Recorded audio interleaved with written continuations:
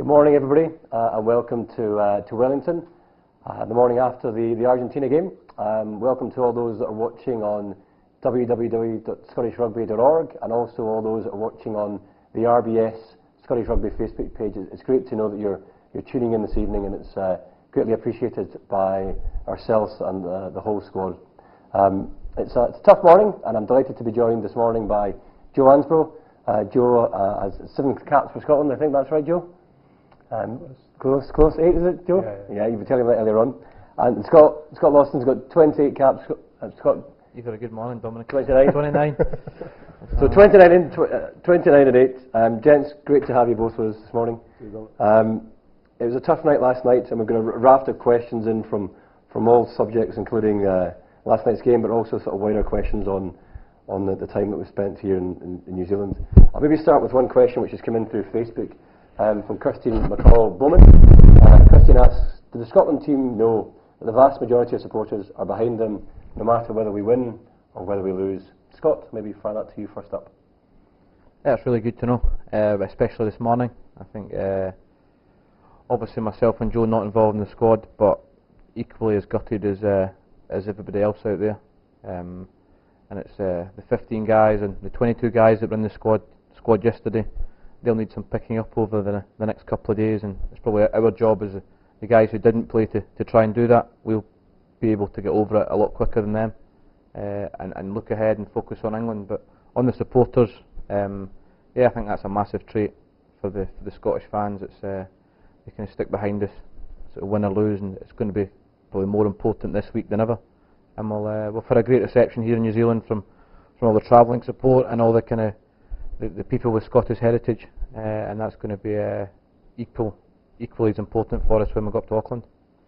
The last sort of few games have been very early in the morning, Joe, for the Scotland support to get out of their beds over back in Scotland and get up and watch, but we've been told that there's been thousands upon thousands of people tuning in early in the morning. What does that mean to know that there's people back home getting up early to watch these important games? Yeah, it's fantastic news. Like Scott said, there's so many fans out here as well, but you know the fact that people are getting up at 2 o'clock in the morning to watch the Romania game just shows how good the support is. And as a squad, we're very tightly knit, and we're doing everything to inspire the nation. And it's good that people back home are watching our games. And we've got a big one this week coming up now after what happened last night, and hopefully we can put a smile back on people's faces back home.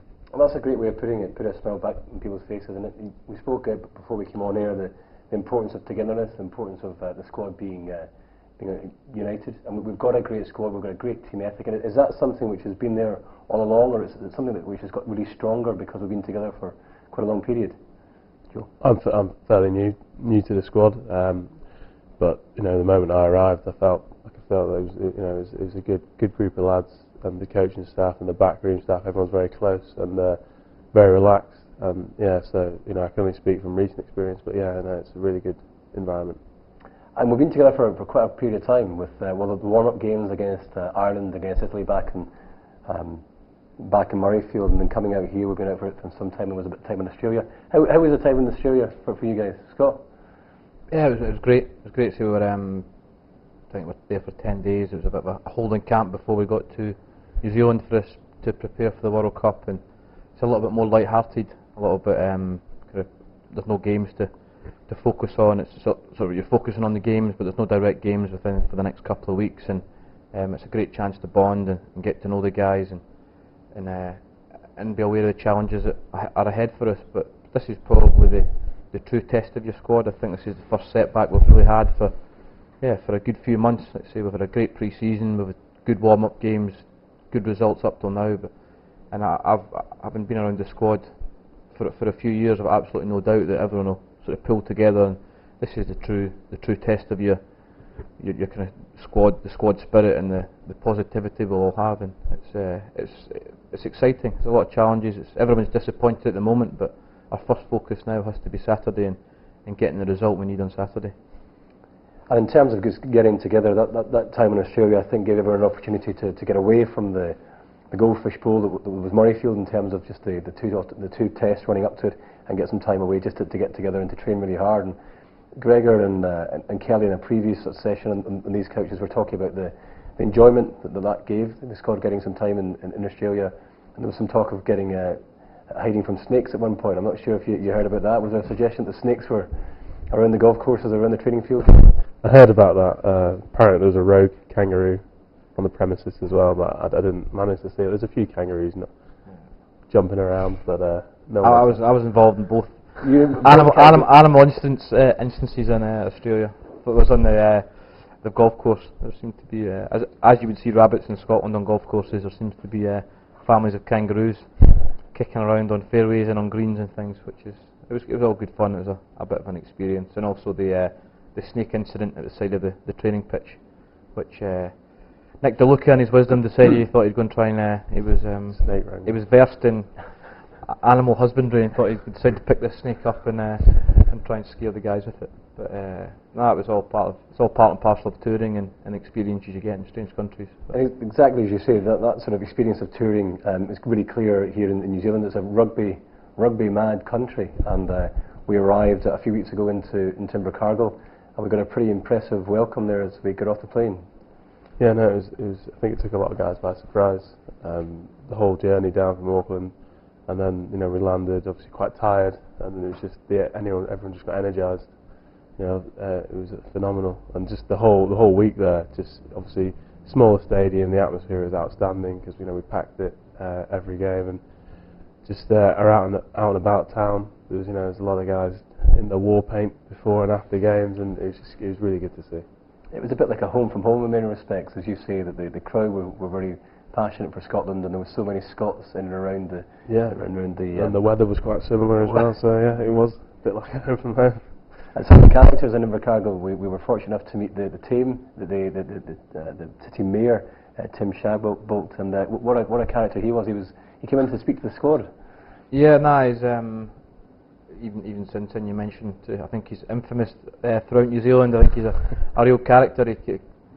Not many mayors could come in and do a half-hour comedy show, and entertain the boys. But no, I think he's got quite a coloured past, and he's definitely the talking point of Invercargill, and possibly the talking point of New Zealand. But no, he was one of many great things that you can remember from these experiences. But and like I say, I think the kind of New Zealand has a huge Scottish ancestry, and that's probably, especially down in Invercargill, sort of down south, and I think the whole town were determined to make us feel at home there. Really got behind us, and it was the same when we came up to Wellington.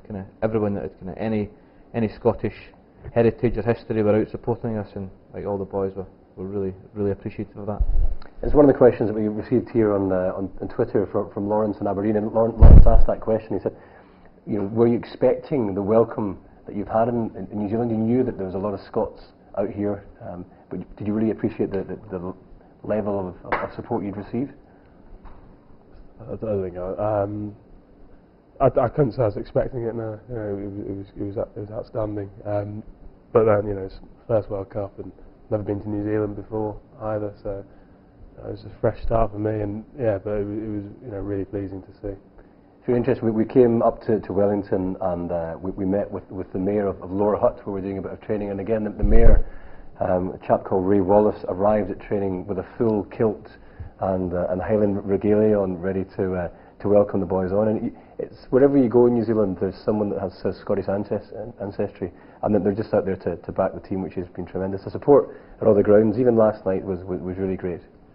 Yeah, no, it has, and I've seen quite a lot of friends that are out here as well. They've come out for a year or 2 years or just a couple of months, and they've been at the games as well. And yeah, they are. I mean, it's obviously there's quite a lot of similarities between the two countries, I guess, and I think that must be an attraction.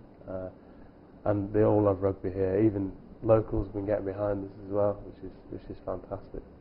There's a question that's come in from Matthew Burns, and Matthew asks, how good is it to play for Scotland when you get the opportunity? Scott? I think probably maybe for us, the way we're feeling at the moment, I'm sure Joe will feel the same. Yesterday was probably the hardest game I was ever involved in as a squad, because you're so gutted and disappointed not to be involved, and you feel helpless. All you want to do is be out there playing. But on the flip side of that, when you do get that opportunity, it's one of the most amazing things you'll do. For me, in sport, the best thing is representing your country, and when you don't do it, you miss it so much. It makes it harder because of the enjoyment and the fun you get out of it. But that's just part of it. You have to kind of roll with that. And Joe, you've had the opportunity to be capped a number of times now, and the feeling's still so strong each time you get the opportunity to run out in blue. Yeah, it's an honour to play for Scotland, and especially I guess similar to what Scotty says. It just the highs are really high and the lows are very low, because everyone, like you say, everyone is behind you and the fans are fantastic, and just you want to do your best, and you want to make sure you're getting the results and you're making them proud and you're inspiring everyone. And I think last night was one of the lows, and now we've got to pick ourselves up for Saturday and make sure we end on a high. One of the questions which is coming here is from Helen Turner, and Helen asks if you could be in any other team, what team would that be? So if you have an opportunity to join a team around the world, if you've been watching some of the games at the World Cup, is there a team that you think that would be a great team to be involved with? Question. Scott, you can have a crack first. Probably not. No, I think you know what you know really. It's and you like it. I see it. Yeah, there's rugby and everyone.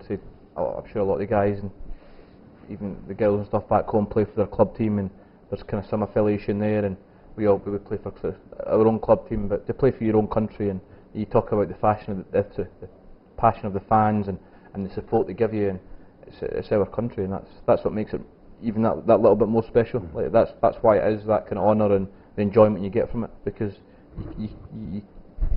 you're born into it, and it's something you've always wanted to do. So it's, there's teams that are interesting, and especially say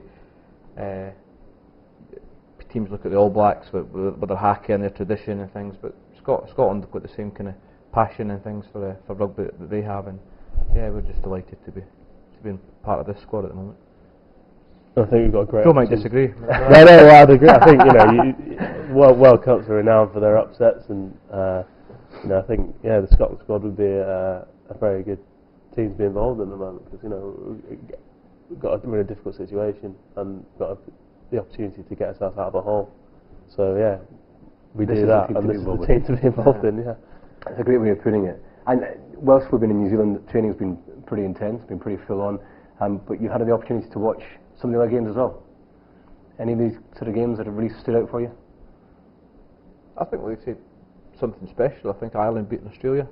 Like we were as a Northern Hemisphere not expected to do that well down here. That was a massive upset in the press. Although probably ranking wise it wasn't. It was 1 versus 2 in the pool, so it was always going to be a tight game. But it just showed you if you turn up and you perform, anything can happen. And that's you look to that result, and we'll go about there on Saturday, try to do something similar to what Ireland did to Australia. And Joe, do you get a chance to watch these games as a squad? Do you all sit round and get a chance to watch the occasional World Cup game? Yeah, every now and then. Say a Friday evening game or whatnot, we do watch games and have a punt on who's going to be the first try scorer, who's going to be the last. A friendly punt. Yeah, of course. Yeah. But no, it's good to watch the games. The All Blacks in particular.